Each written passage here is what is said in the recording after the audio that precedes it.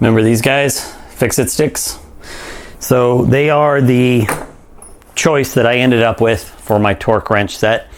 And I've been loving it. I have no regrets as to choosing this. In fact, I'll just show you real quick.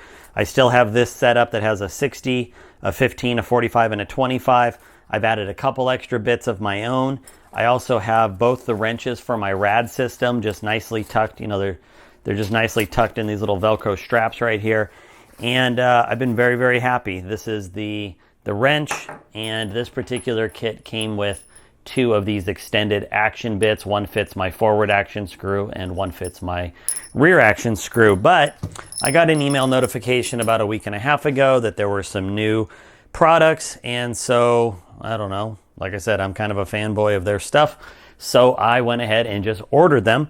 I don't think it was horribly expensive. I want to say everything that I'm going to show you all combined with shipping was, I don't remember now, 30, 40, 60 bucks maybe, something like that. I can't remember exactly. Anyway, here's what we've got. First off, they now have a brass punch set. So they've had a steel punch set for quite a while. This is a first for them with the brass, so this is new. It comes in a little plastic holder. It is rigid, so it's not bending at all. And what's really nice about it, let me get my wrench here. So what's nice is if you need to use them, you just push them out the back and you can get to them real easily. And they fit right in the end of your wrench, so you could use like a little wood mallet or something to punch with if you wanted to, or there is enough meat on them, and I'll show you in a second why this might matter, to hold on to them and hit them if you need to.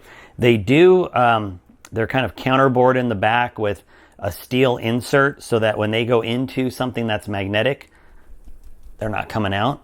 Okay, so I kind of been holding off. I don't know why. I just never ordered the steel ones. And when I saw the brass, I was like, well, sure, what the heck. I also ordered this little brush that's brand new. Now, look, I get it. You're going to see this brush and think it's the dumbest thing to spend whatever it was, $5 or $6 on. And that's fine. But here's why it mattered to me. I will probably never use this. This is strictly an emergency brush. But the fact that I can put it onto my wrench and scrub something real quick in an emergency, just knowing that I have this and that it's simple and small is all I need. Now it is threaded for their cleaning rod system.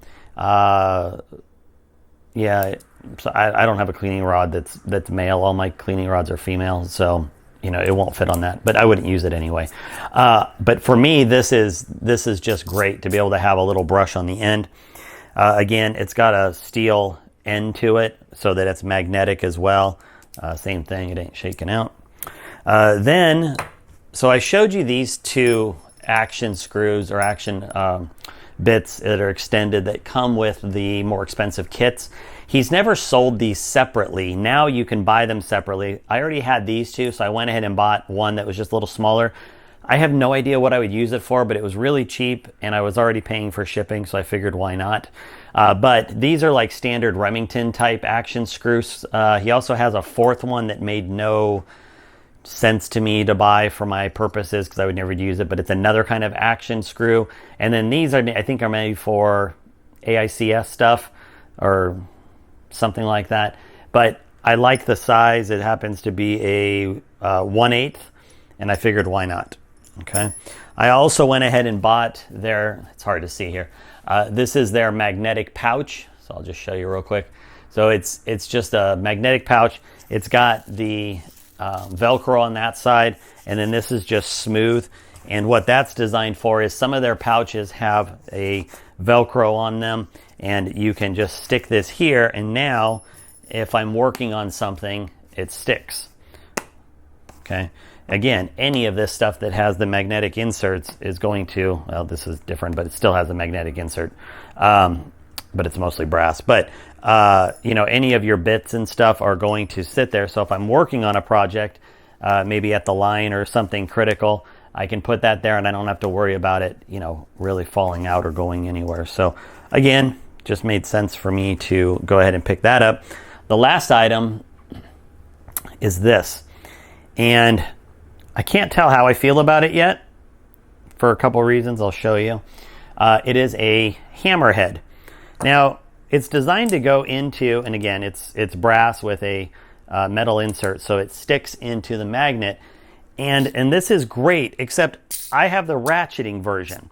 It did not occur to me that I have the ratcheting version, so that is going to spin around.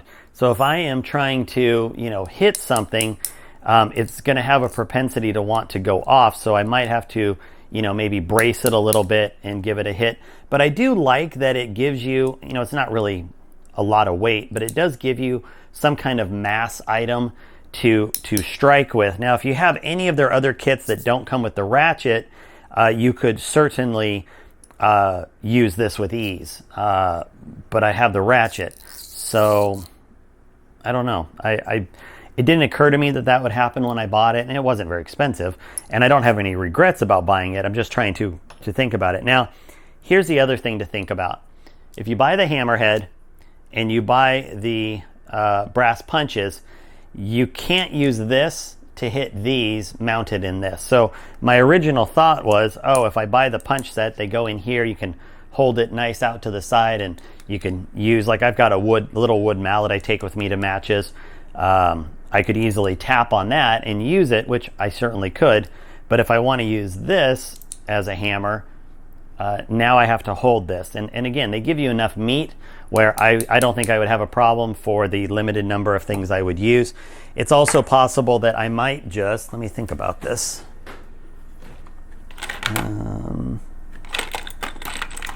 So this is a bad example, but let me look here. So I suppose what I could do, I have a couple, this one has an extender on it, screw cover, but I have another one of these that's just a little shorter, and maybe that would make sense to throw in this kit so that I can do this and then use my hammer to hit away. I kind of like that idea. I think I'll throw one of these in. I mean, anybody that does any kind of work around the house probably has half a dozen of these things from Harbor Freight or Home Depot or wherever. But yeah, I think I'm going to do that. Now, as far as packing this all in, let me just show you real quick. There's a couple options with the hammerhead. One is you can just leave it somewhere on your wrench if you want. What I think I'm going to do, I don't use my 25 inch-pound very often, so I'm just going to leave this right there. It's magnetic, it's not going to go anywhere, so it sits nicely there. This goes in here. I know my action screws or my extended action bits go right here, so that's fine. So we're happy with those. As far as this, it's a little bigger and bulkier. Now I played with this for just a minute, and I think this is what I'm going to do. So inside the pouch there are 3 or 4 elastic little straps. Rather than let this float around, I'm simply going to hook one, sorry about that. I'm going to hook one in here and one in here so that it sort of sits like that. And that should keep it up above the bits where it can close nice and easy. This one here, there's really no easy answer. I could stick it in one of my bits, in one of my torque wrenches and close it, and that would work fine. I could just leave it over here in maybe over here where I don't use this one very often either. So now these two can be friends over in the corner. So all zipped up. This magnetic piece just stays on there, so we're good to go. I'll go find my other one of these that will work better for my purposes. But other than that, I am ready to go. I don't keep this on molly straps or anything. It just goes in my range bag. But let me see if I can show you real quick. So all of that. So here's what I used to carry was my Chapman kit, strictly a bit type set, which is fine. And this is a crude scale, so take it for what it is. But just to give you an idea, let me just go to straight ounces here. So my Chapman kit weighs in at 27 ounces, and my Fix-It Stick kit with all the extra stuff weighs in at 21 ounces. So that's one of the reasons I switched to this. I'm not getting 100% of the weight savings that I originally was because I have added a couple tools. But if you think about the flexibility of all these tools in here now, I have punches, I now have extended action bits, a little hammerhead, all kinds of stuff, brush. I'm really, really happy with this. Again, this is the kit that I absolutely swear by now. I've gone to matches with it.